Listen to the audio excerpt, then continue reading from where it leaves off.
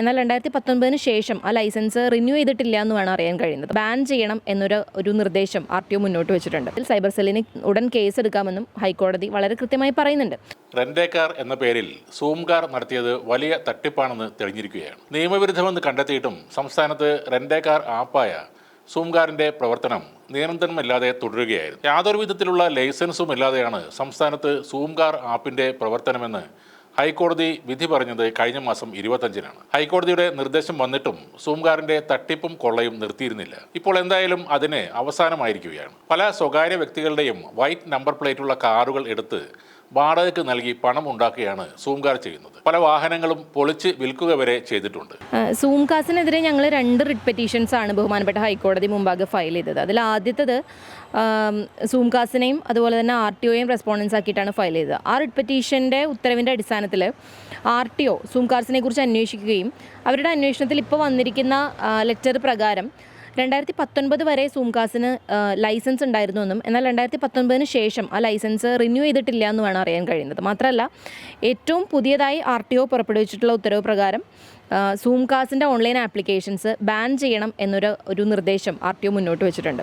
രണ്ടാമത് ഞങ്ങൾ ഹൈക്കോടതി മുമ്പാകെ ഫയൽ ചെയ്ത റിട്ട് പെറ്റീഷനിൽ ഇപ്പോൾ ഹൈക്കോടതി പറഞ്ഞിരിക്കുന്ന ഉത്തരവിൽ കൃത്യമായി പറയുന്നു സൂംകാസിൻ്റെ ഓൺലൈൻ ആപ്ലിക്കേഷൻസ് നടത്തിക്കൊണ്ടിരിക്കുന്നത് സൈബർ ക്രൈമാണെന്നും സൈബർ അതുമായി ബന്ധപ്പെട്ട അപ്രോപ്രിയേറ്റ് അതോറിറ്റി അതായത് സൈബർ സെല്ലുകൾക്ക് പരാതി നൽകിയതിൻ്റെ അടിസ്ഥാനത്തിൽ സൈബർ സെല്ലിന് ഉടൻ കേസെടുക്കാമെന്നും ഹൈക്കോടതി വളരെ കൃത്യമായി പറയുന്നുണ്ട്.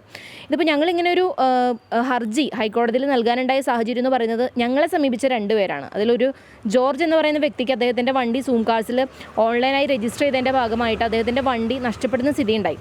ആ വാഹനം കൊണ്ടുപോയ ആളുകൾ വാഹനം പൊളിച്ചു വിറ്റിട്ടും സൂംകാസ് ഒരു തരത്തിലും ആൻസറബിൾ ആവാത്ത സാഹചര്യം വന്നപ്പോഴാണ് ഞങ്ങൾക്ക് ഇത്തരത്തിലൊരു ഹർജി ഫയൽ ചെയ്യേണ്ടി വന്നത്. രണ്ടാമതൊരു സുഹൈൽ എന്ന് പറയുന്ന ആൾക്ക് അദ്ദേഹത്തിൻ്റെ വണ്ടി സൂംകാസിൻ്റെ ഓൺലൈൻ ആപ്ലിക്കേഷനിൽ രജിസ്റ്റർ ചെയ്യുകയും പിന്നീട് ആ വണ്ടി ക്രൈമിൽപ്പെട്ട വണ്ടി തിരിച്ചെടുക്കാൻ കഴിയാത്ത സാഹചര്യവും വന്നു. ഈ 2 സാഹചര്യത്തിലും സൂംകാസിന് ഒരു തരത്തിലും മറുപടി പറയാൻ അവർ ബാധ്യസ്ഥരല്ല എന്ന സാഹചര്യം വന്നപ്പോഴാണ് ഞങ്ങൾ ഇത്തരത്തിലൊരു ഹർജിയുമായി മുന്നോട്ട് പോയത്. അപ്പോൾ ഞങ്ങൾ സമീപിച്ചത് 2 പേരാണ്. അതുകൊണ്ടാണ് ഞങ്ങൾ ഈ 2 പേർക്ക് വേണ്ടിയിട്ട് ഹൈക്കോടതിയിൽ എന്തായാലും പെറ്റീഷൻ ഫയൽ ചെയ്തത്.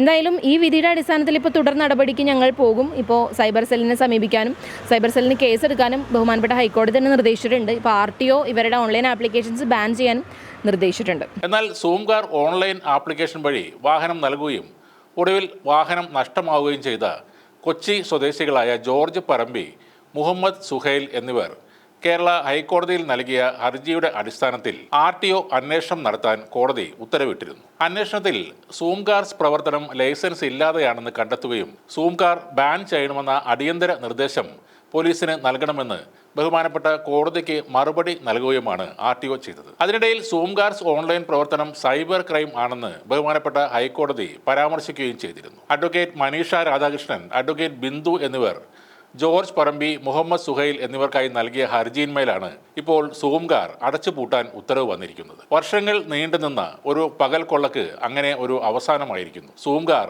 അടച്ചുപൂട്ടുന്നു.